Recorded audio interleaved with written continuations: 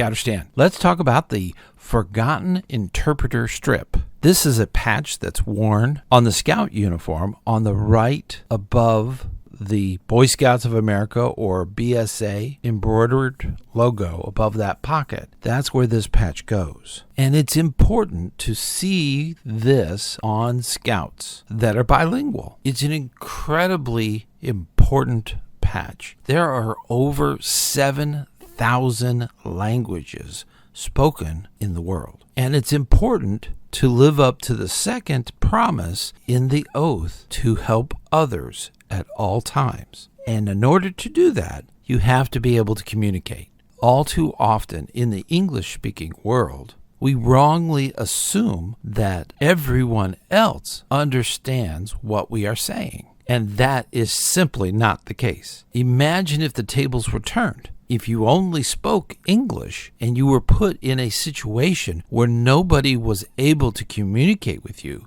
you would feel very uncomfortable, out of touch, confused, especially if you know a few of the words. And then you look at the uniform of the scout or scouter in front of you and you see English on their uniform. That is wonderful. They can understand what you're saying. They can convey your thoughts and concerns, and likewise, they can do the same. It is wonderful to see that. And all too often, we think in those terms as English being predominant over all other languages, and that's just not the case. In the Scout law, a scout is friendly and courteous. That's where a lot of this interpreter abilities come through. Now, technology is a wonderful modern day gift to society. And with our YouTube channel, it actually can convert the closed caption into over 125 different languages. With Google,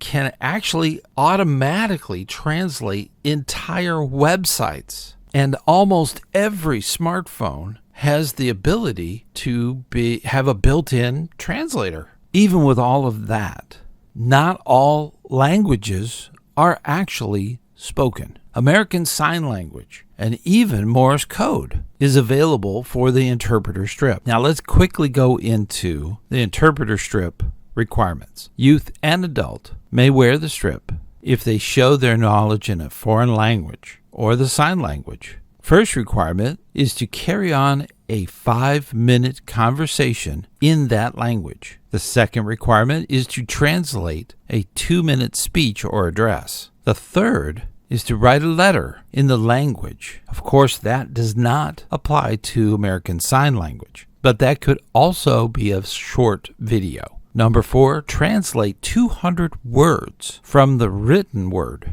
The Morse code requirements are a little different. Youth and adults may wear the Morse code interpreter strip if they first carry on a 5-minute conversation through Morse code at a speed of at least 5 words per minute. Second, copy correctly a 2-minute message sent in Morse code at a minimum of 5 words per minute. And copying means writing the message down as it is received. Third, sending a 25-word written document in Morse code at a minimum of 5 words per minute. All of that will get you qualified to wear the Morse code interpreter strip. Now, the question has come up, if somebody is already very proficient in a language, it should be very easy to get all of the requirements completed quickly. For adults, it might be automatic. If they read and write and speak another language, being bilingual, they should be instructors or mentors for the interpreter strip.